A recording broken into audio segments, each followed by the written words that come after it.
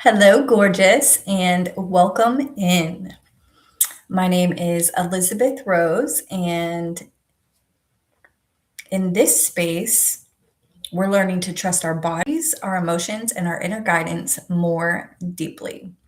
So each week, I share reflections and tools around embodiment and inner union and relationships and healing and the types of things that help us move from awareness into real integration. So, this week, I wanted to talk about self trust and the 8 shifts that happened in my life by choosing abstinence, by choosing myself. So, let's get into it. 4 years ago, almost five now, I decided to step away from relationships and dating. Not because I didn't want love, but because I knew that I needed to raise my standards if I wanted to attract the type of love that I desired. Before this decision, I had experienced a lot of trauma in relationships. I grew up in a very unhealthy environment, and that led me to choosing partners that reflected that dysfunction back to me. So I had experienced a lot of emotional abuse, a lot of physical abuse, things that mirrored my childhood. I was anxiously attached. I would attract men who were avoidant and who didn't know how to show up for me because they didn't know how to show up for themselves.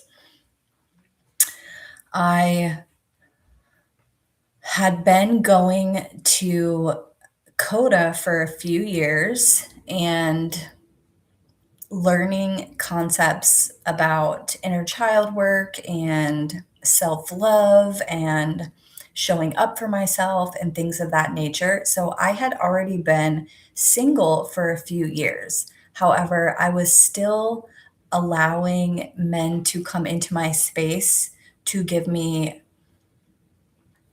physical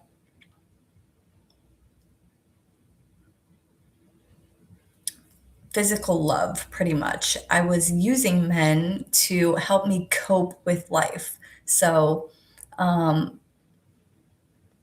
although I wasn't introducing any of these men to my children or going on real dates with them, I was still allowing them in my bedroom because at that point in my life, I craved physical affection.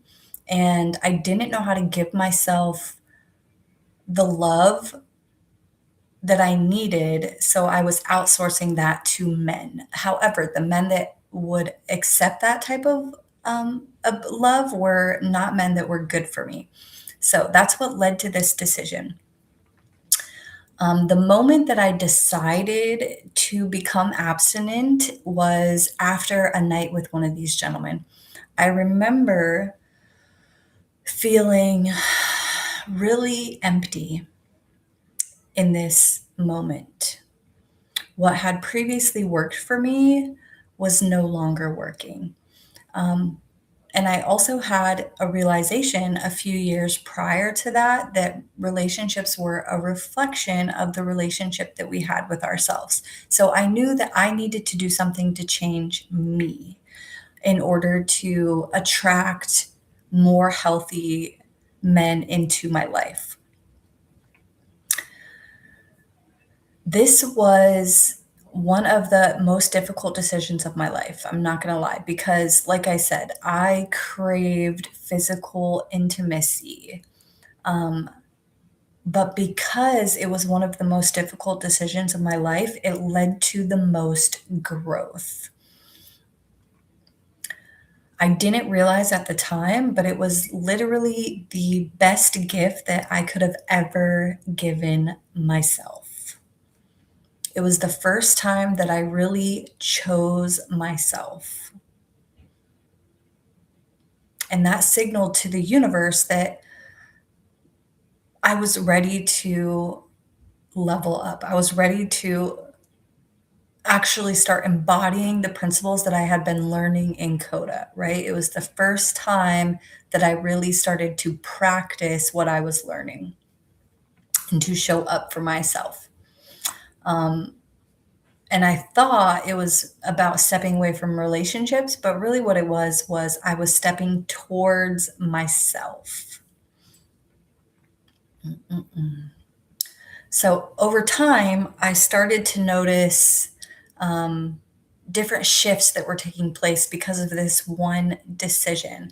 So that's what this video is mainly going to be about. It's going to be about the 8 shifts that I experienced from choosing myself. So I'm going to go ahead and get into that. If you have any questions, please drop them in this chat. I would love to hear from you if any of this resonates.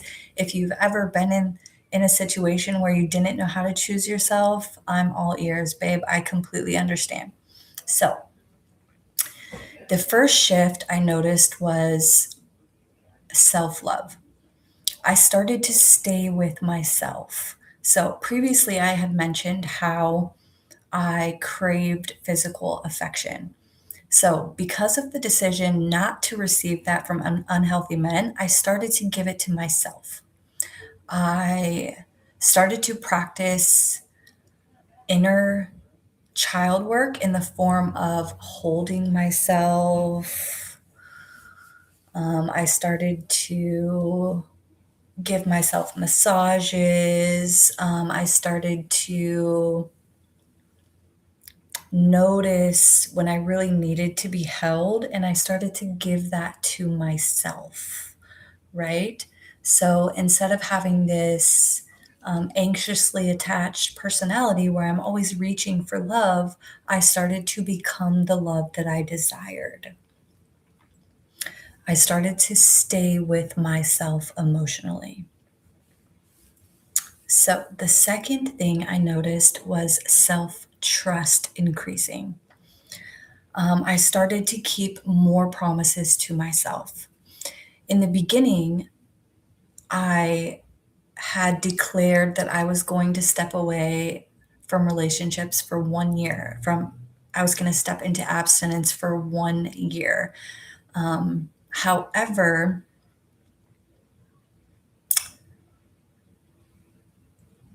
during that year, my standards started to go up. And I started to trust that if this man that I attract doesn't have these qualities, if he doesn't feel safe to me, then I will push him away. Then I will not accept what I know that I don't deserve. Right. So I started to trust my standards and my standards started to rise. I started to trust what I said to myself instead of being in a bad place and really wanting that, desiring that physical affection and just receiving it from any man. I started to say no. I started to trust my no. And I did attract men in that first year, believe me. But like I said, they were not up to par. Okay. They were not the type of men that I would ever introduce to my kids.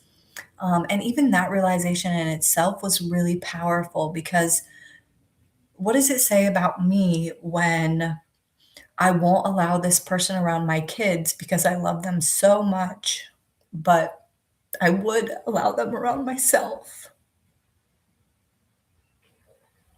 What does that say about me?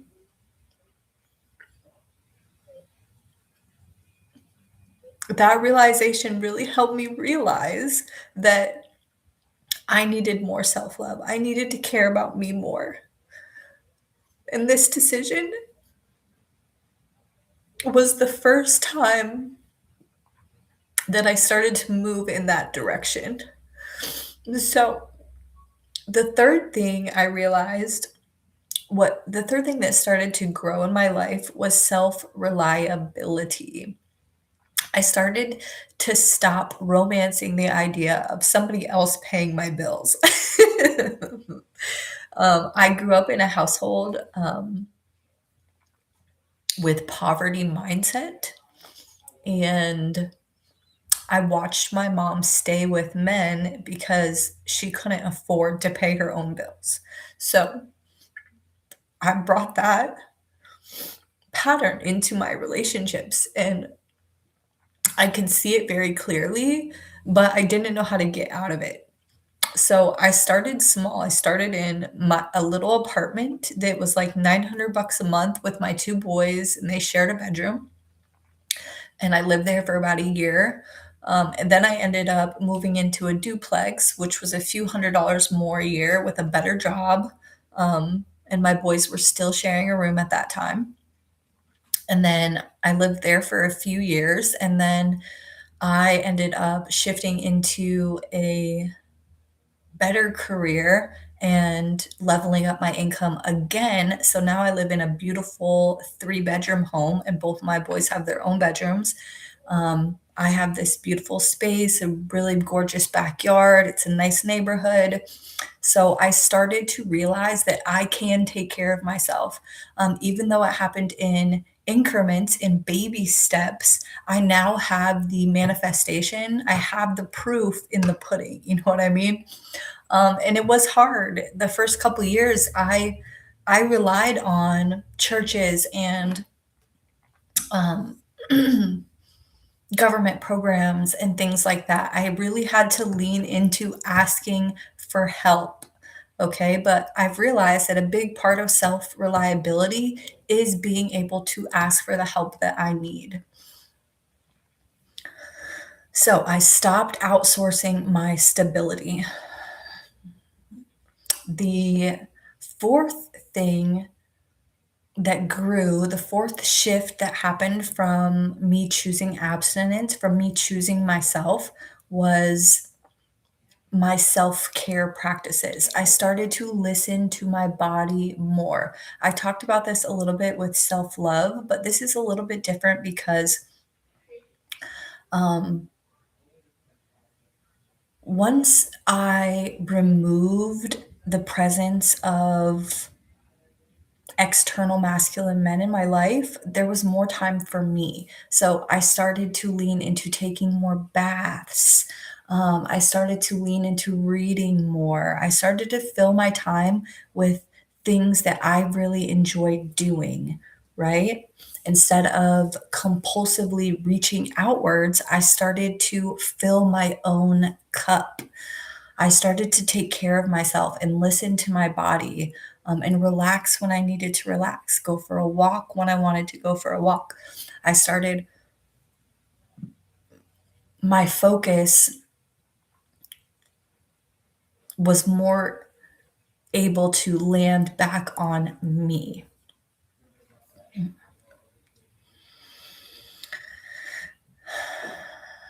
The fifth thing I noticed was financial stability and energy returning to my own life. And I touched on this a little bit with the self reliability and being able to ask for help.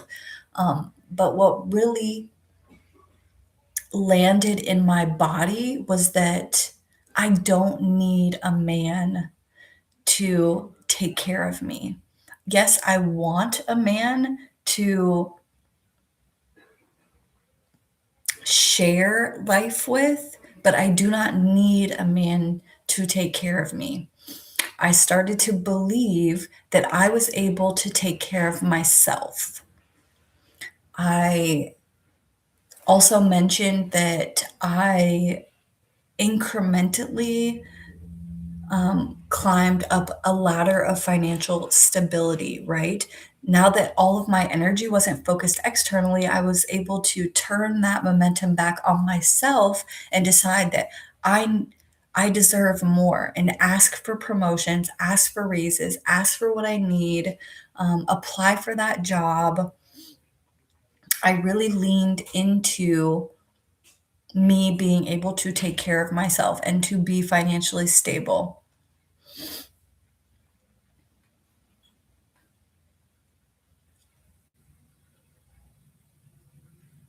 The sixth thing that shifted in my life was my motherhood leadership.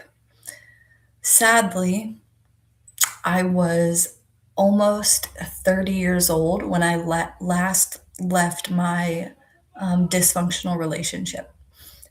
It was during my Saturn return that I realized that I wanted to leave this person. My boys were about 6 and 7 at that time, 7 and 8, maybe. And they witnessed a lot of dysfunction. They witnessed me not being treated well. They witnessed us fighting a lot. They witnessed a lot of dysfunction. And that started to break my heart. Even in the first few years of being single, when I was still reaching for physical intimacy from men, um, I knew that that was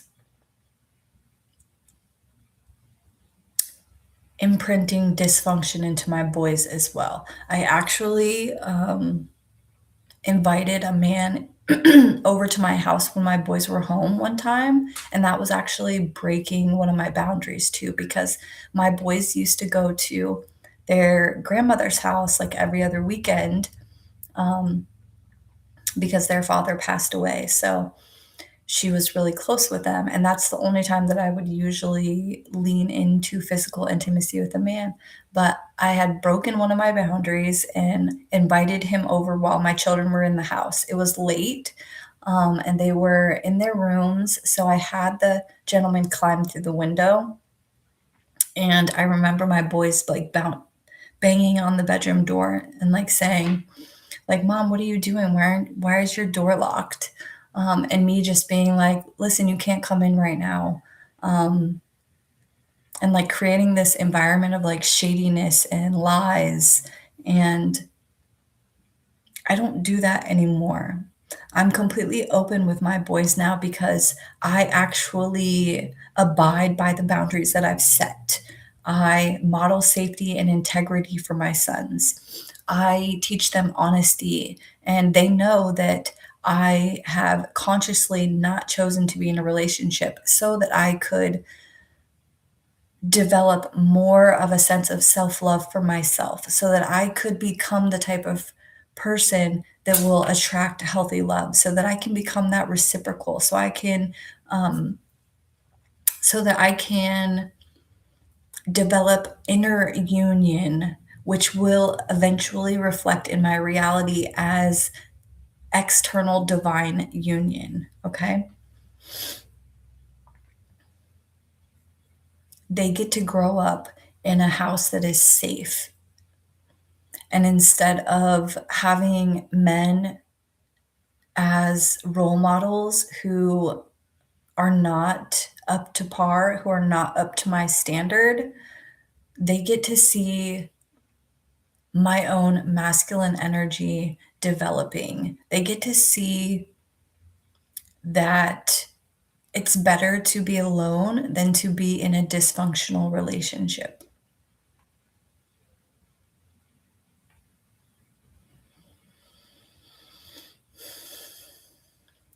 The seventh shift that happened because I chose abstinence is I started to create more of a healing space in my life.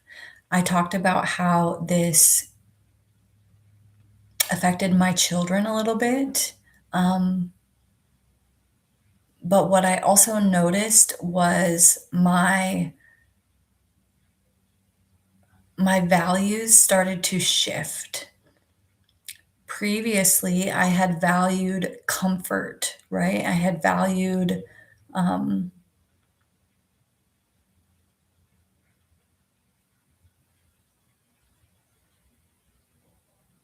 I had valued comfort over integrity, and I had valued, what's the word for feeling really good? Um, I had valued feeling really good in the moment, like short-term pleasure over long-term safety and stability. And these things started to shift when I chose myself, when I decided that I am worthy of healthy relationships. And I know that that starts with a healthy relationship with myself. Healing space started to grow in my life. Things became less chaos and more clarity. I started to see myself more clearly. I started to see how my decisions were creating my reality. I started to desire healing for myself on a completely different level, right? Because while I'm 4 years in to abstinence now, and the first couple years were more difficult because I was learning those, self-soothing skills. At this point in my life, I am okay with being alone, but I'm also excited about attracting healthy man into my life. I'm excited that I've put in so much work to become the type of person that will attract a healthy reciprocal. Excuse me, let me get some of my tea.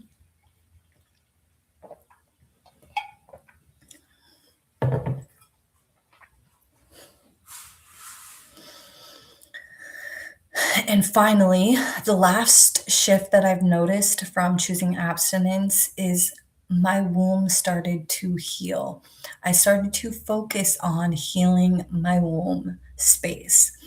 Um, you know, for over 4 years ago, I had no understanding of healing the womb. I thought that I didn't realize the energetic impact of letting men into my space had on my womb. I didn't realize that I was creating cords and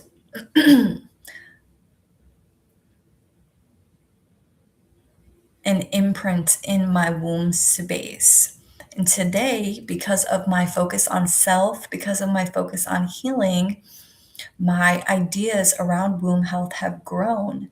I have started to listen to my womb more. I have started to lean into my creativity, my intuition, my boundaries, my desires. I have started to clear this space from all of the trauma that accumulated in my relationships throughout my life. I mentioned earlier that I grew up in an unhealthy environment. That also consisted of sexual abuse. And through this time of abstinence, I have been able to clear the beliefs and the imprints and the shame that was associated with those experiences that happened to me. I have been able to focus on setting my life up in a way that allows for womb health, that allows me to have reverence and respect for my womb space. One of my highest values is my spirituality, and my womb health is a big part of that. I personally believe that my womb holds keys to my my creativity, my intuition, my desires. I believe that my womb space needs to be healthy in order for me to manifest the life that I desire, to manifest all of the beautiful things that God wants me to have. I actually recently learned that the etymology of desire is of the Father. So desire means of the Father. And we're meant to have everything that we desire. We would not even have the desire if it wasn't meant for us.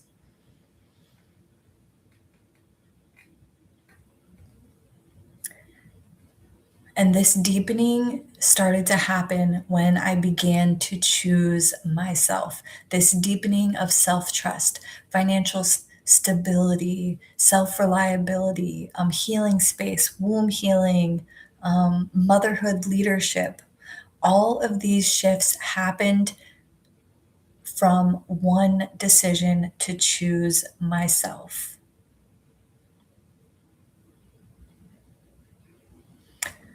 And I just want to be super clear that abstinence didn't make my life smaller, it just made it safer to live inside. Because I think abstinence gets misunderstood sometimes. Like, people assume it comes from restriction instead of intention. And for me, it wasn't about repression or punishment. It wasn't about fear of intimacy or closing my heart. It was literally about becoming a reciprocal for the type of love that I desire, right? It was about raising my standards. It was about learning and embodying my values, so that when that healthy love does come, I am the reciprocal for it and that I don't push it away. It was about healing my attachment style. It was about becoming the love that I desire. It was about becoming magnetic and fruitful and alive, right? It wasn't about desiring love from a place of need, but about from a place of overflow and want and juiciness and aliveness.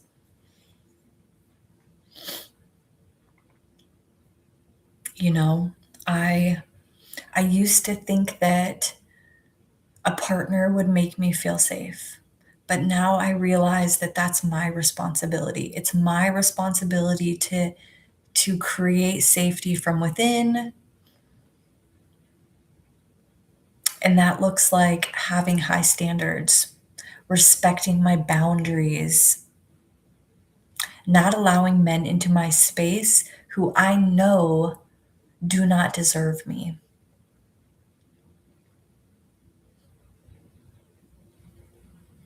Learning to stay with myself has changed the game. It's changed the game, and therefore it has changed my reality. I never thought that I would be in the space that I am now.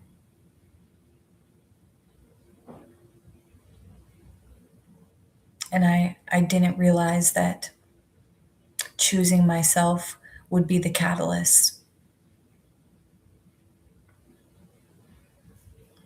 So sometimes the safest thing that we can do for our future selves is stop searching for someone else and start leaning into choosing ourselves.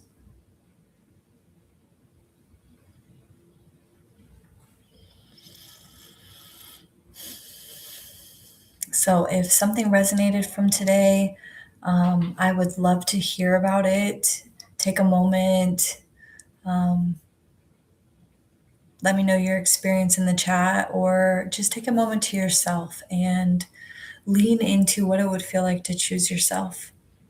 Lean into what it would feel like to start practicing self love and self care and self reliability and self leadership, because that's where it begins. It begins with one decision, that we deserve better, that we deserve more, and that we're going to become better and attract better. And with that, my loves, I will let you go. I do share these integration conversations weekly, so I hope to see you in the next one. I love you so much. Bye.